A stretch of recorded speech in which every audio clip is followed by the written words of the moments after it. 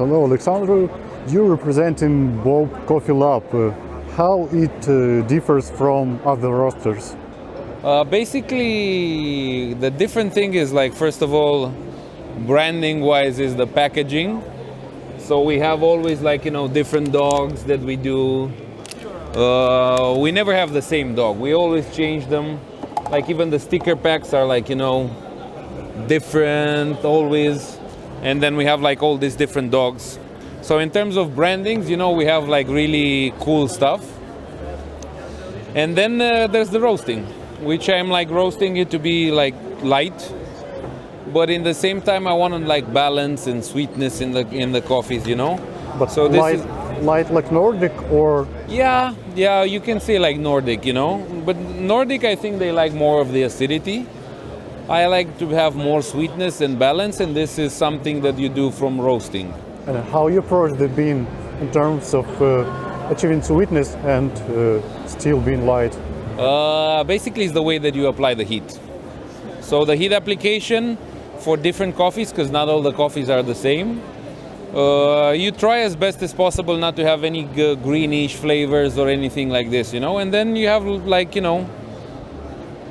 you have to find the balance, The way you extract the coffee and the way everything, the way you brew it, the way you extract, the way you roast everything, like, For me, it's like better because you have more sweetness, more flavor, and all the coffees are very clean, Even if it's like a super anaerobic fermented coffee, you still have the cleanness, So it's a technique and, being objective. What kind of beans you prefer, washed and aerobic?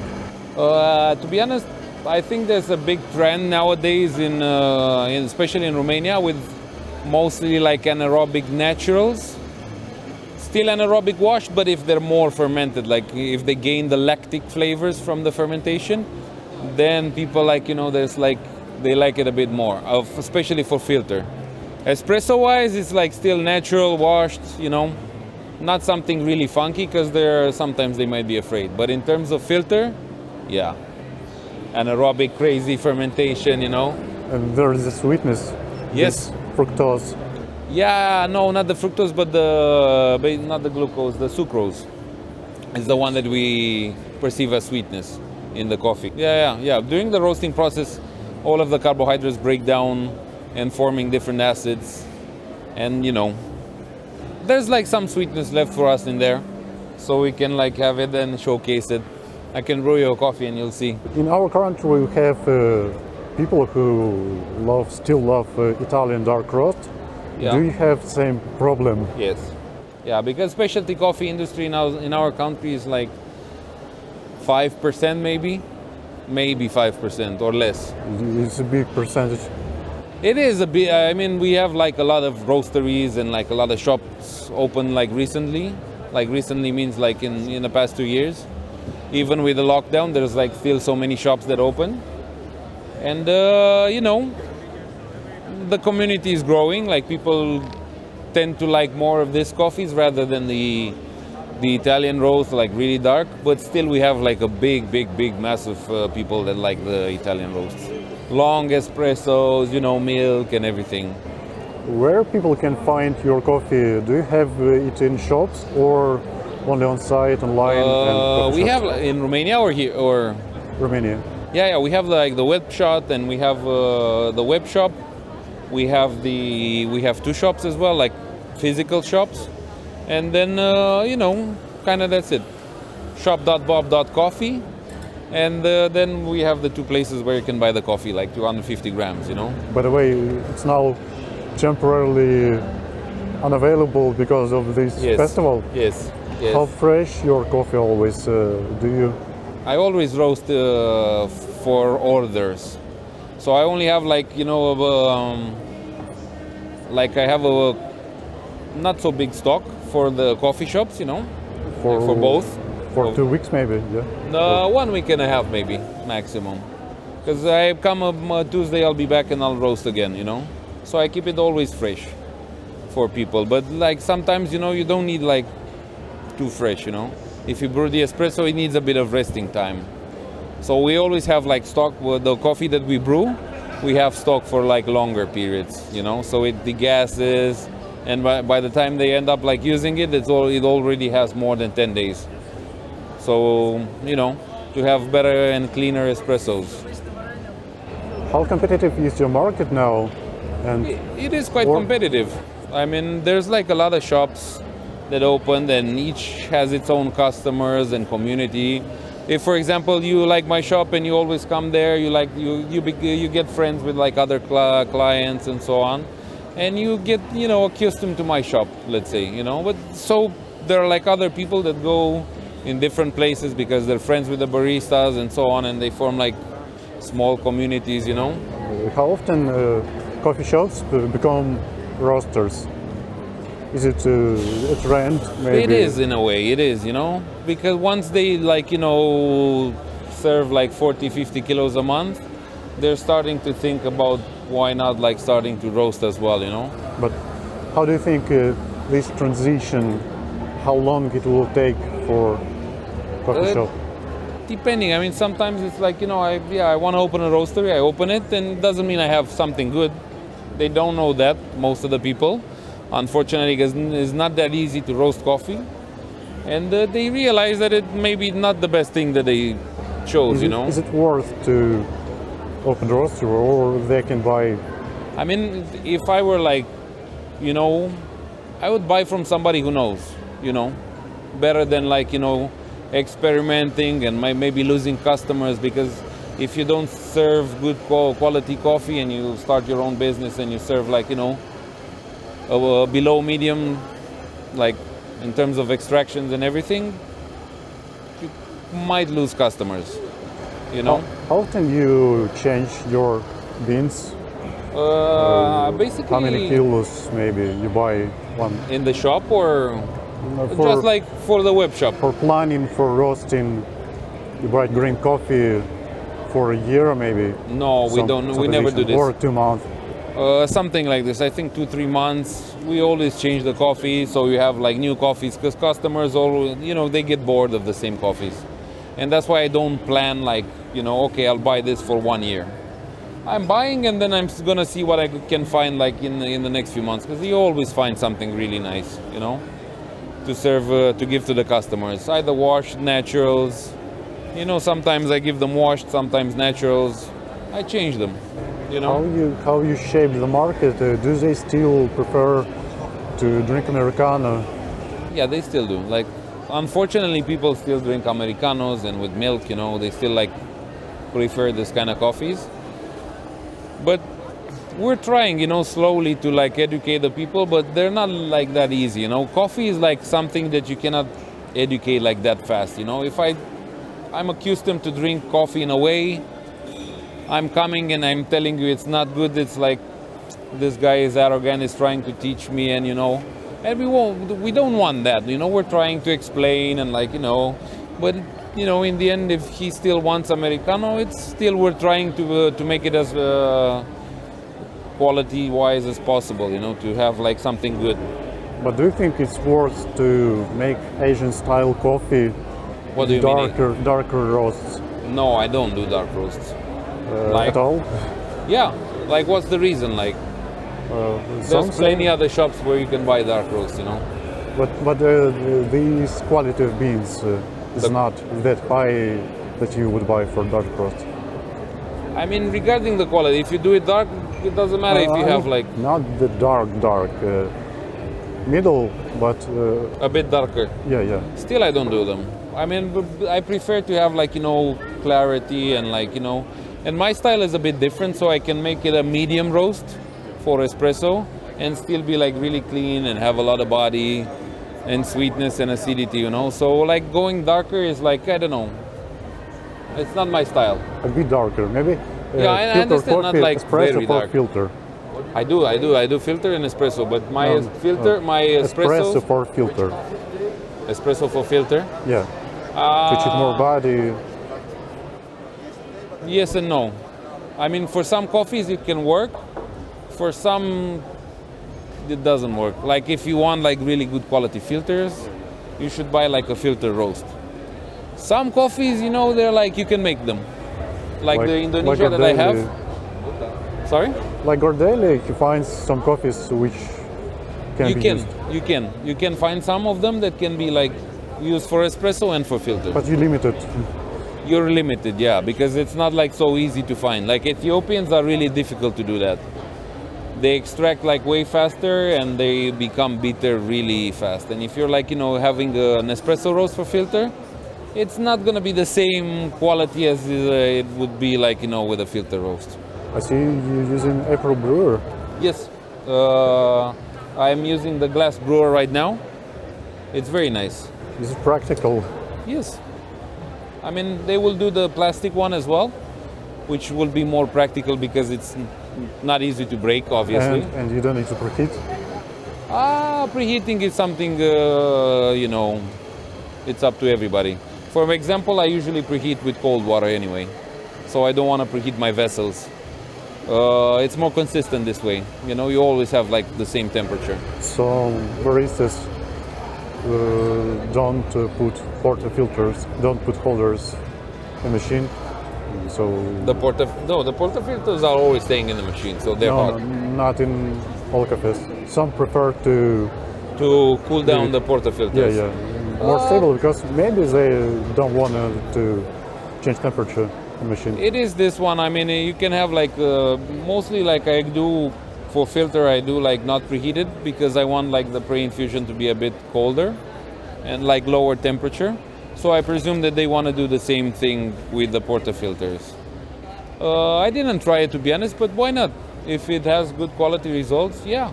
You are a Q grader. Yeah, I'm a Q grader as well. How it helping you with choosing beans? To be honest, Q grading is not like what people expect to be. So it doesn't help that much, to be honest. So it's more like for coffee importers?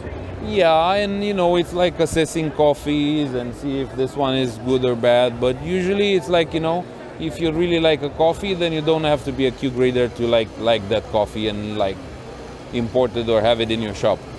So Q grading is only like if you want to be more geeky and like really classify the coffees based on the score sheet that Does it help you to choose a profile to properly execute the roasting profile? Yeah. No, because cupping is not the same as filter or espresso. So when you get when you cup the coffees, I usually cup them just to see if there are any defects or for the texture of the coffee. But then again, when you brew them, they're totally different. If I buy a bag of coffee from April, let's say, I'm not gonna go and cup it. I'm gonna go and play with it, enjoy a filter, and so on. That's my point of view. Like already 250 grams. It's not a big bag. You can brew it like really fast. How often you switch brewers? Sorry? How often you switch brewers? Not necessarily. I have like a few brewers that I use. I use the AeroPress, the Gem Dripper, V60, and I use the April as well. I like it. I think I switch between them like, from time to time, but kind of like this is the range. What about mocha pot? Which one? Have you tried mocha pot? Yeah, but I'm not a big fan of it. I didn't try too much to... But have you tried espresso style mocha pot, like? Yeah. I think brew? I think it's a bit better than like having it longer, but still it's not my favorite. It's really hot. It's like difficult to achieve sweetness, at least in my case, because I haven't played too much with it. Maybe for it might be good, but for me, I rather like use filter or espresso. Now, to be honest, I prefer the filter roast for mocha pot because it gives you like less bitterness than the espresso roast. But if you can choose ratio properly. Yeah, but you have to have the size first of all of the mocha pot that you want. Depends. Yeah. 1 and 3 cups. Yeah, something like that. Not like a 1 liter like cup or something like this. I had some good results, but it's not easy to be consistent. It's consistent because you can cool it down in water when you want to stop. Yeah, definitely. I cool it down as well, but still, it's not my favorite. What do you think about... We use e-brick mostly in our country. Yeah. A lot of e-brick coffee. And what do you think about it, Igor? I like it. It's better. You can control it better, you know, in terms of because you can pull it out from the fire when it's like ready, and then that's it. At least you stop the process. You pour it in a cup, and then it begins to settle and cool down. It's still extracting, but you can have like really nice flavors, as long as you don't go like 10 minutes extraction time or anything like this. About useful channels on YouTube, maybe you have some suggestions or books. Books or YouTube Books channels? and YouTube channels. Maybe someone helped you to. Mostly, like I think I'm checking Patrick Rolf's channel, like April. He has like all this information about all the drippers, grinders, and everything that's new, and it's quite nice. And I think he's like pretty. He's giving the recipes, different coffees, different ratios. I think it's like quite the best one that we have right now in our world. In terms of roaster, you have Gizen. Yes. How satisfied you with it? And they have webinars which promote this feature, air pressure control. Yeah, yeah. Do you use it play with pressure, or you use static? To be honest, most of the times I prefer to use it like, keep the same air pressure from start to end. It's a bit more constant, at least for me. Well, I used to play around with it more and had like good results as well. So it depends on the style that you do. It's nice that they have this seminars online or webinars or whatever it's called. It's really nice. But the roasters are very good. Maybe I'll do one with them as well. Would be interesting. Somebody asked me if I'm going to do, and I spoke with them, and I will do one. Just to improve their roasters. Yeah. Sorry. Improve their product. Yeah, improve the market in general. Because in terms of roasting, I think you have like a few books, like Scott Rail's book and Rob Huss's book as well. It's kind of basic, like. Yeah, it cannot be like too complicated, because it's really difficult because you have all these crazy coffees nowadays, and it's not something that all the coffees roast the same, And of course, it cannot like explain everything, because it's sometimes, How market changed in a few years, in 5 years maybe. What you can spot, roasting style maybe. I think now, because with all this virus and the corona, it's a bit weird. But I presume that in a couple of years, hopefully it will finish. And I think now mostly the processing methods are changing a lot, which is good. And we can have like different flavors, Not necessarily easy to roast, but they're like, if you manage to roast them correctly, you have like really nice quality coffees inside the cup. And different and more weirder maybe. I like weird coffees. For me, it's my thing. I don't know, those lactic, super strange coffees, Not necessarily the ones with cinnamon. Definitely, I'm not a big fan of it. Costa Rica cinnamon. Yeah. It's too much cinnamon inside. But some say that there is infused cinnamon. Yeah, and, for sure. Some have natural. No, I don't think you can get natural out of that one. For me, it's like not bad that you infuse the coffees. Too much cinnamon obviously covers everything, I'm sure that it's infused because I don't think you can actually get that cinnamon flavor. What's the weirdest taste you had in a coffee, like anaerobic coffees? It depends on the fermentation and how much they extend the fermentation. Because basically you break down the sugars, and breaking down the sugar creates different acids, depending if it's anaerobic like natural or anaerobic washed. It creates different things in the cup. But yeah, I don't think you can create that cinnamon like, without adding any cinnamon inside. It's so clean. Yeah, it's so cinnamon. And if you add like too much cinnamon in something, there will always be like too much cinnamon, in a cake, in everything. It covers everything. It's very strong. And in coffee, it's the same. I mean, like, it's nice for some customers actually to get that, you know, wow, so cinnamon, you know. But to use it every day it's weird. I mean, it's too much cinnamon for me inside. About aging of coffee, some fermentations age faster, as I know. Which sorry? Some fermentations age faster. They stale faster. They age or stale the gas faster and okay, because of the fermentation. Yeah. The Corals. deeper the fermentation, the faster the degassing rate, basically, because it kind of like, I think it breaks down a bit the cells of the coffee, and it makes it easier for the gas to escape. In terms of fermentation, it's like decaf as well, you know. Decaf degasses fast as well. Sometimes maybe the oils pop out as well, again, even if it's a light roast.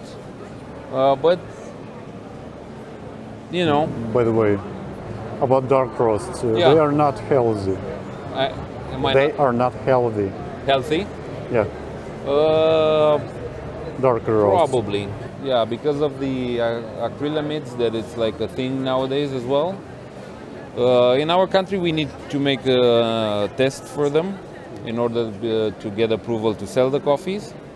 So every batch, or sorry? Every batch, or not every batch. Like every lot that you take. Like a new coffee means that you have to roast, and then you have to give it to the government to test it, pay the amount of money that they ask, and then for the test. And then you can sell it if it's in range, you know. But usually the darker the roast, the more of the acrylamides that can be found in the coffee. So I don't know exactly for dark. It's better for people to drink like roast.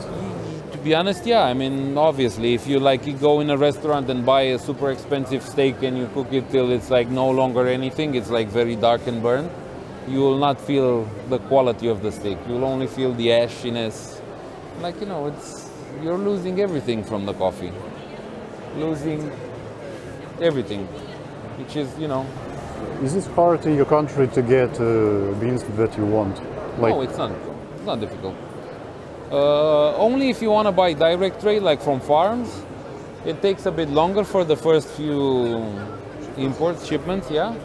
And then it could be easier. I mean, it's not that difficult. People buy them like this. I bought as well like this. You just need to go to the government, and they need to analyze the whole green coffee, and you need a lot of documents from the origin, like in original documents, and that's it. It's not that difficult. It just takes a bit longer at the beginning, and then it's easy. You just need to take more, you know, because just buying a bag of coffee from, like, I don't know, let's say Panama, might not be worth, you know, the shipping price. It will be very expensive, and probably by air. If you buy a bag by sea, just one bag would be probably expensive as well, you know. It's how many batches usually it takes you to find roasting profile that you certified? Few batches, not many. You know, because I always start from the same, you know. Let's say I have this Indonesian right now, and I have the Colombian that is quite similar in terms of processing, obviously different flavors. And I try to use the same profile and just tweak it a bit to get the flavors out from that Colombian. So do you use trier or sampler? Sorry? Do you use trier or sampler while roasting? No, I don't. I never smell or stuff. No, it's useless. You only smell the gases and nothing, like, you know, nothing that will be in the cup. It's more important the way you apply the heat and be more consistency. Yeah, I'm using Cropster, so I always see, you know, the differences, and just by smelling you cannot sense any differences in the rate of rise. Yeah, but maybe it helps to understand the beans. Not necessarily. I mean, in my case, no. I use Ikawa, and then on Ikawa, if you want, you can smell it, but again, it doesn't mean anything in the end. What equipment do you think it's necessary for roasters? What is necessary? Like a base with which you can start roasting coffee? First of all, they need to be open-minded. and not thinking that, oh, it's too light, my customers will not like it, and so on. And so you need to be satisfied with the product. Because in my country they also drink dark roast, and me coming with light roast, they'll not like it. It's not true. It's not true. They drink dark roast, but when they come and they have the coffee at the beginning, probably they'll think, yeah, it's weird, and then they will go to other shops, and then they will come back and say, okay, I like this one a lot, So just by giving them something that is totally different, they will remember. If you have the same coffee everywhere, it's like nothing will be remembered, Yeah, I had a coffee today. Where'd you have the coffee? I don't remember. In a place, I got the coffee. I don't know which coffee was it or anything, And if you give them an experience and something special, they will remember, and they will come back. Do you have some coffees like for yourself, like wine gesture from Panama? No, not necessarily. I have the same coffees as I serve to the customers. Yeah, I don't have like special stashes or anything like this. But maybe. Maybe small samples. That's it. Like 200 grams or something, not more than that. Do you use sample roaster? I have the Ikawa back home, so it's easy. You use 50 grams. I use it for competition as well. For espresso, it's a bit harder to roast for espresso, but still you can, to get like the profile. Fast profiles. Sorry? Fast profiles, because. Yeah, a bit faster. Not like 4 minutes. Like I think mine are like 6.5 to 7.5 minutes on Ikawa. And on a big machine, I use between 7.5 to 9.5. Sometimes on some coffees, maybe 10, but no longer than 10 minutes. Oh, why? Why? Yeah. Because you get like more flavor and sweetness with a faster roast. More development, more chemical reactions. Yeah, everything, And I spend like, for me, developing time, it doesn't matter. Like I'm not like, I have to have this percentage of the development ratio, or I use different system in my mind and everything. Then I check the end temperature and how fast I go and the intensities of the roast. By the way, there is a problem with the anaerobics. They natural coffees. They have another color. And yeah, they will be a bit darker in color, the anaerobic if it's a really dark fermentation, but not necessarily. They crack faster as well, rather than, and not so intensely. Some of them, so you don't hear them properly. So you always watch on graph and check the temperature. Yeah. I always use Cropster for every batch. It's more important to be consistent. Especially in roasting, you have to be consistent. Otherwise, if you're like, sometimes it's good and then the next one is not that good, you can have sometimes an amazing roast, but if you cannot replicate it, it's useless. You just enjoy it once and then it's like, bye. And maybe last question about our machines. We've got 2 new machines this year. How do you think, would they compete with other producers internationally? Which the ones that you have? Yeah. I haven't tried it, to be honest. I will try it tomorrow, and I will tell you afterwards about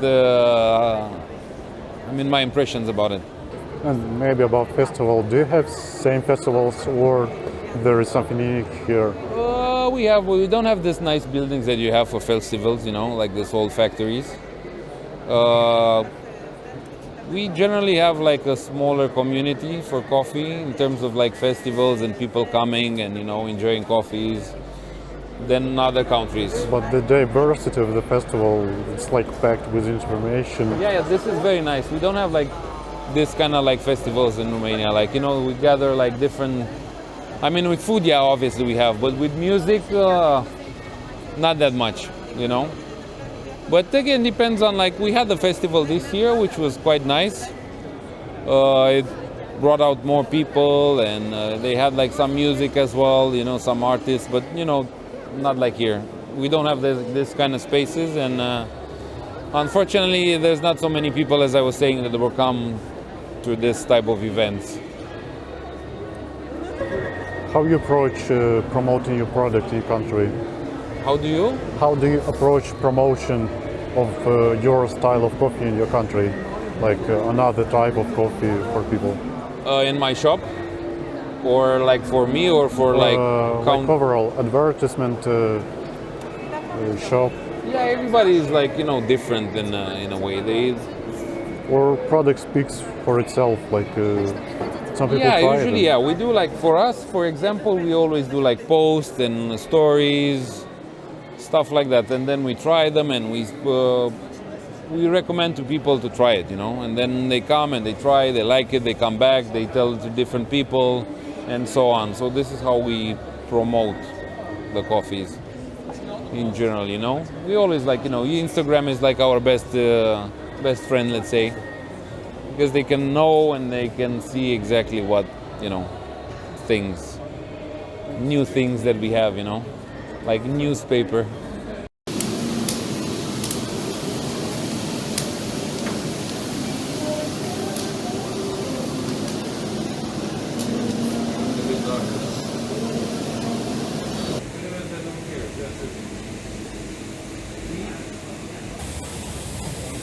What's your first impressions? No, the machine is very good. I like it. It's very interesting how the heat application. I'm curious to try it, actually, to try the coffee, but I'll try it afterwards. We don't have to wait too much. It's okay. It's okay. Nice. Cooling is quite fast as well. It's good. But I understand the mistake is takes a longer time for unloading, but we will fix it in the next machine. We need to make this hole bigger. Yes, because this doesn't fall. But anyway, it's it's the first machine that you did. You're just gonna start upgrading it. Important is that the coffee tastes good. Then the rest can be fixed. That's the only thing that needs to be done. I'm really curious to taste it. I'll brew a coffee afterwards. Is it stable in terms of air temperature? Yeah, it's quite stable. Like it reacts really well to the heat application, especially. But we will see it a bit better this time because I added something to the cropster so we can see the exhaust temperatures as well, the RORs of the exhaust, so we can see how it fluctuates. This is quite a bit heavy.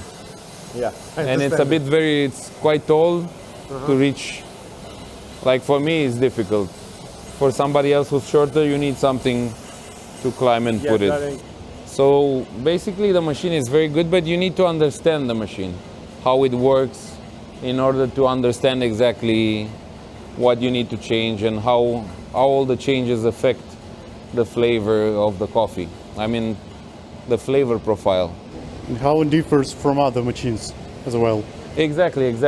So maybe you can cup like two different systems, like let's say Gießen and this one, or whichever. It's not something that you can do in one or two batches. It takes a bit more to understand the machine, to make it like properly the way you want it. But it reacts. Important thing is to react fast. And it reacts quite okay, to the heat applications that we did.